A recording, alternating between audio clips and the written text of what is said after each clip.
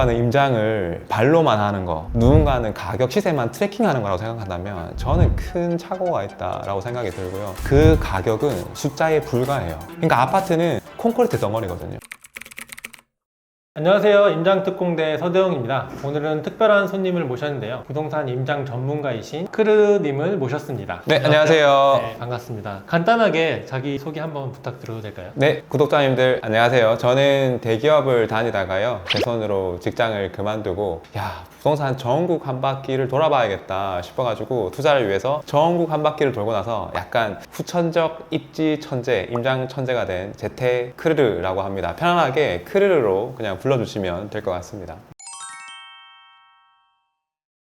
반갑습니다. 네, 반갑습니다. 그럼 지금 현재 하고 계신 일은 어떻게 되실까요? 지금 현재는 저희 부동산 전문가 랭군님 하고요, 같이 부동산 연구하고 또 투자하고 입지 분석하고 부동산을 전업으로 열심히 활동 중입니다. 그러면은 어떻게 부동산 투자를 시작하게 됐는지 그 계기를 한번 여쭤봐도 될까요? 아마도 시청자분들도 비슷하겠지만 부동산에 큰 관심은 제가 필요해서였을 것 같아요. 누구나 다들 상상하시는 이제 내 집 마련부터, 원래 전세로 저도 신혼 때 시작했었겠죠. 근데 여러분 알다시피 항상 전세금은 가만히 있는 게 아니잖아요. 전세금은 계속 오르고 내가 살 곳은 없고, 결국 제가 내 집 하나 없다라는 그런 갈증부터 사실 시작했던 것 같아요. 부동산 공부도 사실 저는 막 투자자가 돼야겠다 그런 대원은 없었거든요. 그냥 내 집 하나 갖고 싶어로 이제 부동산을 시작하게 됐었고요. 그래서 뭔가 내 집을 마련하고 싶어서 부동산 공부를 했는데 내가 마련하는 것보다 투자가 조금 더 효율이 좋겠다라고 해서 투자를 시작하게 됐고, 그 투자가 신압으로 한 채, 두 채, 그리고 복리처럼 계속 늘어가다 보니까 지금까지 조금 성장하고 투자를 계속 이어갈 수 있게 된 것 같아요. 부동산 하락장 초입에 퇴사를 하게 되신 걸로 알고 있는데 그런 선택을 하게 된 계기가 있으실까요? 그쵸. 사실 저는 직장 다닐 때 직장을 사실 너무 좋아했었어요. 직장을 저는 부정하지는 않거든요. 근데 제가 조금 증오하는 게 뭐냐면 직장에 안주하려는 마음을 조금 증오하는 편이긴 해요. 이게 무슨 말이냐면 저는 나름대로 대기업을 다녔기 때문에 급여가 거의 1억 가까이 나왔었거든요. 따박따박 나오는 월급, 그 다음에 신용도가 높기 때문에 저는 제 연봉 거의 1.6배 정도의 신용대출까지도 받을 수 있는 굉장히 좋은 장점이었거든요. 근데 항상 마음속 한켠에 직장인들이 가지고 있는 그 두려움 같은 거 있잖아요. 나는 언젠가는 이거를 영속할 수는 없다라는 그런 생각이 들었고요. 사실 뭐 비유하자면 되게 멋있는 버스 뒷자리에 제가 다 이렇게 발장을 끼고 멋지게 가는 길을 편안하게 가는 그런 느낌이었거든요. 직장을 다니면 맞아요. 앉아있을 땐 안온하잖아요. 근데 이게 어디로 가는지 잘 모르겠는 거예요, 이 버스가. 이 럭셔리한 버스를 버리고 조금 차량이 안 좋아도 제가 그 차에 핸들을 잡고 싶었어요. 무슨 말이냐면 내가 핸들을 잡으면 내 인생의 주도권이 제가 생기잖아요. 그러니까 내가 정신만 놓지 않으면 내가 원하는 대로 갈 수 있겠다라는 생각이 좀 들었거든요. 내가 가고 싶은 방향으로 가려면 결국 이 버스에서 내려야 된다라는 결론이 나왔고, 사실 내리는 게 쉽지는 않았어요. 그만두려고 했을 때도 저는 그때 제 결정을 지금 못 내리면 영원히 못 내리겠다라는 생각이 많이 들었고요. 내렸을 때 내가 잘못될 경우에 대해서 굉장히 많이 생각을 했었는데 결국 한 가지 어젠다로 축약됐어요. 내가 거기서 넘어지면 그게 내 한계인 거고, 걔가 그거를 내렸을 때 성장하고 앞으로 나갈 수 있으면 내 한계를 한 번 더 극복한 거다. 그 어젠다 하나 때문에 그 차에서 내리게 됐고, 제가 제 인생에 핸들을 잡고 조금 진행할 수 있었던 것 같아요. 도전을 하신 거네요. 엄청난 큰 도전이었죠. 그래서 제가 와이프한테 물어봤어요. 내가 이거 그만둬도 되겠느냐라고 했는데 다행히 와이프가 승낙을 해줬었어요. 근데 와이프도 좀 한편으로는 대단한 게 네 인생이 아마 마지막 도전이 될 거다라고 등에 약간 땀줄이 나에게 한 줄 딱 날리더라고요. 그래서 오히려 그게 저한테는 좀 큰 힘이 됐던 것 같아요. 왜냐면 저도 그때 아이가 있었거든요. 내가 도전할 수 있는 마지막 하나의 도전의 포인트가 될 수 있겠다, 그렇게 생각을 해서 더 열심히 할 수 있었던 것 같아요. 그럼 퇴사를 지금 몇 년도에 하신 걸까요? 제가 22년 초반에 했었죠. 그리고 그 당시에는 부동산 시장이 그렇게 나쁘지 않았었거든요. 그리고 나름대로 상승을 충분히 많이 했었고, 저도 그 당시 시장 상황에서는 굉장히 자신감이 있었어요. 모든 자산 시장이 그렇듯이 어느 정도 일정 오르면 좀 뽕이 찹니다. 자신감도 많이 올라가고요. 좀 나쁜 말로 해서는 좀 과욕이라고 할 수도 있겠죠. 근데 항상 시장은 저희 마음대로 되지 않잖아요, 그렇죠? 그래서 아마도 제 기억에 22년 딱 제가 그만두고 났는데 코로나가 끝나고 나면서 이제 미국에서 급격한 금리 상승을 진행하면서 세계적으로 거의 대폭락의 시기로 도래했던 것 같아요. 솔직히 무서웠죠.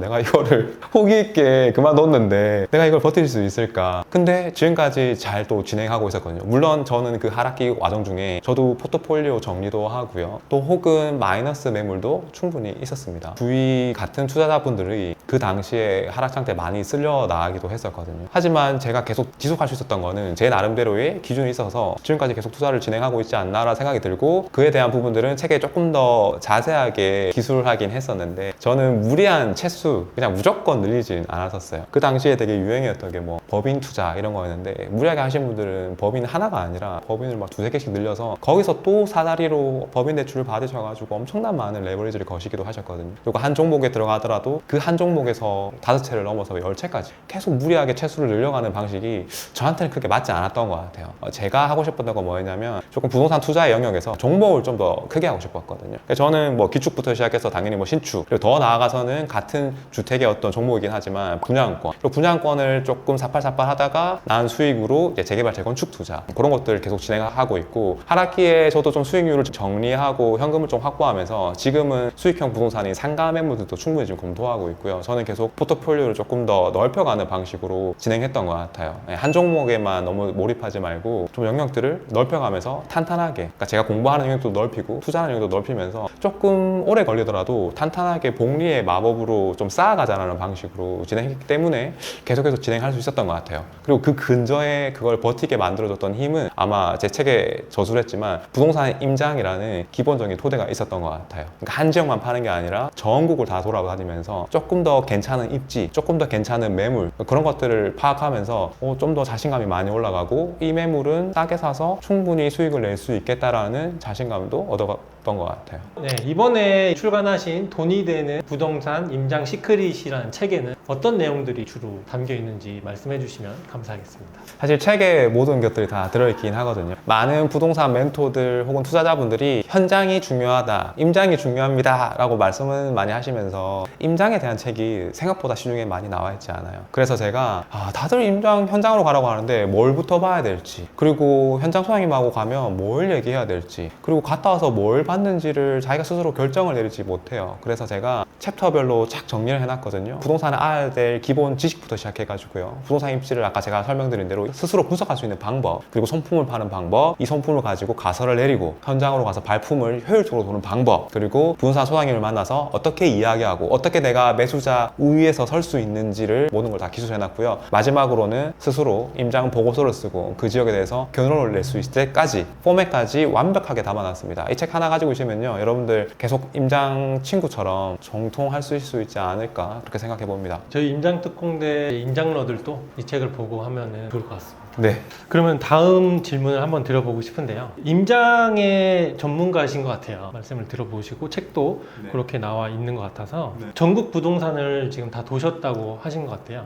네. 그래서 보통 자기 동네만 봐도 많이 보는 거라고 저는 생각하거든요. 근데 어떻게 전국을 다 볼 생각을 하신 건가요? 사실 먼저 그 시청자들이 오해하실까봐 모든 사람들이 전국을 돌 필요는 없는 것 같아요. 이게 어떤 노가다라든지 전국 국토대장정이 아니기 때문에. 근데 저 같은 경우에는 부동산을 제일 처음 시작했을 때 제가 살고 있는 지역부터 하나를 분석하고 싶었어요. 왜냐면 내가 살고 있는 지역을 사람들이 제일 모르거든요. 제일 편견이 많아요. 그래서 제 지역을 일단 파악해봐야겠다. 그래서 제 지역을 제가 지도를 뽑아가지고 열심히 기록하고 현장을 샅샅이 돌아다니면서 이해하게 됐어요. 근데 이제 떠오르는 질문들이 있는 거죠. 더 좋은 곳은 없나? 아니면 더 싼 곳은 없나? 그냥 내가 가진 돈으로 가지고 더 좋고 더 싼 곳은 없을까? 혹은 수익률이 더 높은 곳은 없을까를 공부하고 싶은 거죠. 그렇다면 결국 자리를 옮겨야 되는 거잖아요. 다른 지역으로 가야 되는 거잖아요. 그럼 그 지역을 또 하나 팠어요. 그 지역이 확대되다 보니까 수도권들을 쫙 돌게 되고, 더 나아가서는 또 전국까지 돌 수 있었던 것 같아요. 제가 전국을 돌고 나서 느낀 게 뭐였냐면 사실 싸게 살 수 있는 포인트들이 다 보이기 시작했어요. 제가 과거 학생 때 조립식 PC를 하나 조립하고 싶었거든요. 그래서 이제 학생 때는 돈이 없다 보니까 인터넷에 제일 싼 매물부터 찾기 시작했어요. 두 번째는 인터넷에서 없으면 전자상가 같은 데 가가지고 중고 매물이라든지 정말로 싸게 나온 것들, 조금 하자 있는 제품들까지도 다 검색하게 됐어요. 그리고 그거마저도 없으면 이제 시장의 커뮤니티 같은 데 가가지고 혹시 전자제품 내가 찾는 그 부품이 어디가 싼 건지를 막 검색하기 시작했어요. 이게 무슨 말이냐면 부동산도 비슷하더라고요. 내가 살 수 있는 도매처, 그러니까 살 수 있는 지역들이 전국에 다 펼쳐놓으면 내가 그 중에서 제일 싸고 제일 좋은 매물을 내가 미리 먼저 컨택할 수 있다는 거거든요. 세상에 완벽한 부동산은 없어요. 다만 제일 좋은 건 뭐냐면 싸게 사서 제가 쓰면 팔아도 분명히 수익이 나거든요. 그래서 제가 이 모든 전국 부동산을 돈 이유가 뭐냐면 어쨌든 제일 좋은 제일 싼 매물을 구하고 싶었기 때문에 때문에 그랬던 것 같아요. 그리고 그게 이제 결국은 제 실력이 늘어나다 보니까 계속해서 부동산 전국 시장들을 조금 더 트래킹하게 되고, 또 반응이 있으면 조금 더 빨리 파악하게 되고, 또 시장의 트렌드를 캐치할 수 있어서 누구보다도 빠르게 좋은 매물도 컨택할 수 있지 않을까. 그러니까 하나의 매물을 선택한 게 아니라 그 실력을 늘려줬던 게 어떻게 보면 저한테 가장 큰 보물 같은 게 아닐까, 그런 생각이 들긴 하네요. 시청자들이 많이 궁금해할 것 같은 게, 보통 네이버 부동산에 나와 있는 가격을 보면은 임장을 굳이 가지 않아도 그 가격은 알 수 있잖아요.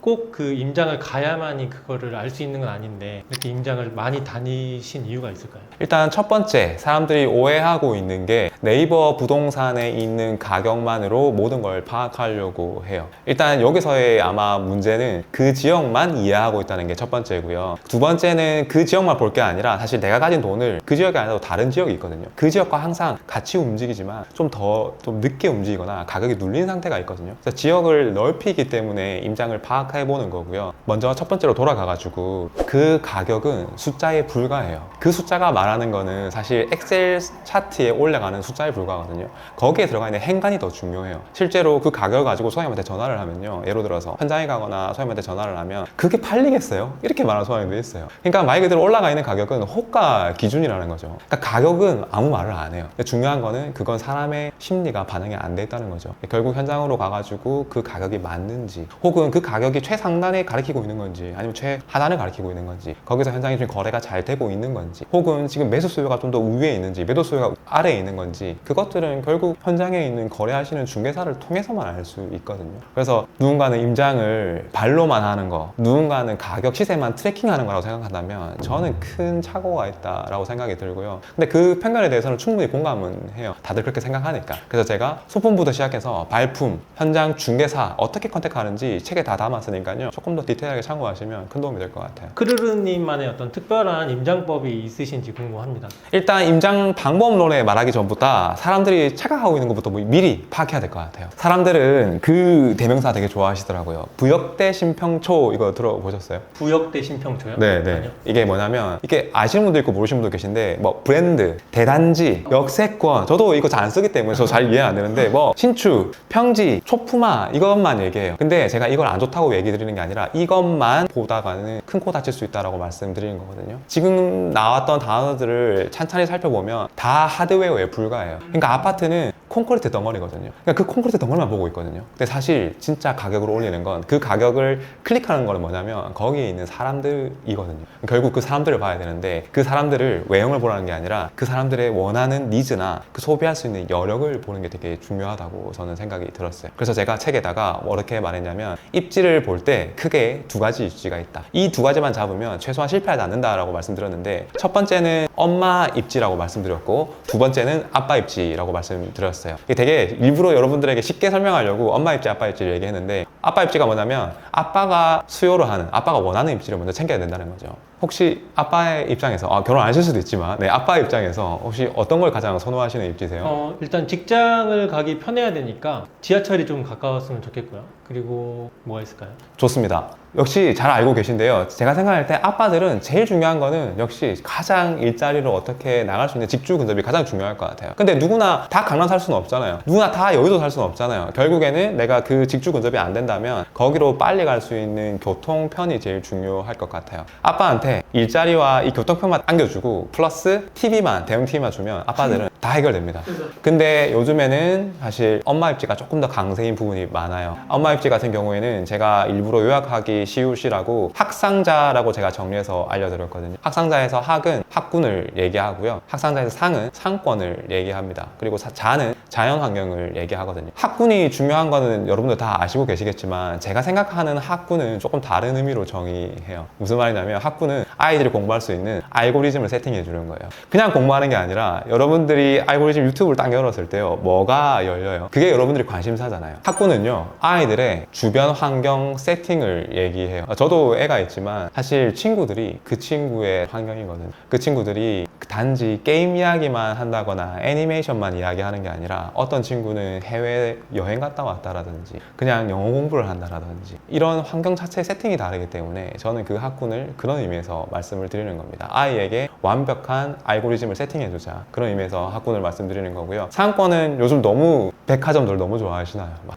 더 현대부터 시작해서 너무 좋은 아울렛들이 많으니까 스타필드부터요. 그래서 상권에 대한 요소는 항상 존재했고요. 마지막으로 자연 환경인데요. 자연 환경 너무 수상적으로 말씀드린 거지만 우리 아이를 유해 환경 없는 시설에서 공원이라든지 한강이라든지 혹은 산책할 수 있는 하천이라든지 그런 안전한 자연 환경들이 되게 중요하고, 더불어서 이제 유해 환경과 떨어지는 것도 저는 가장 큰 포인트라고 생각을 합니다. 이게 가장 중요한 두 개의 입지고요. 여기서 플러스 조금 더 더한다면 희소성에 대한 수요가 있을 수도 있고요. 그리고 상품성에 대한 수요, 그리고 소유욕에 대한 수요가 있다고 생각을 해요. 희소성이란 말은 한강 뷰가 보인다거나 혹은 그 평형대가 정말 이 주거지에서 대형 평형이 여기 단지밖에 없어에 대한 희소성이 있고요. 그리고 이제서야 나오는 건데 상품성, 그러니까 신축에 대한 수요는 여전히 있을 수밖에 없다. 그리고 마지막으로 그 소유하고 싶은 인간의 그 본능이 있잖아요. 여기는 무조건 소유해야 돼. 거기에 대한 본능만 추구하면 그 수요를 다 합친 곳이 아마 대한민국에서 가장 비싼 아파트 가격인 입지로 가격으로 아마 반증하고 있을 거라고 저는 생각합니다. 굳이 제가 단지를 꼭 집지 않아도 대한민국 모든 분들이 아는 그곳이 아마 이 수요를 다 충족하는 곳이라고 이해할 수 있을 것 같아요.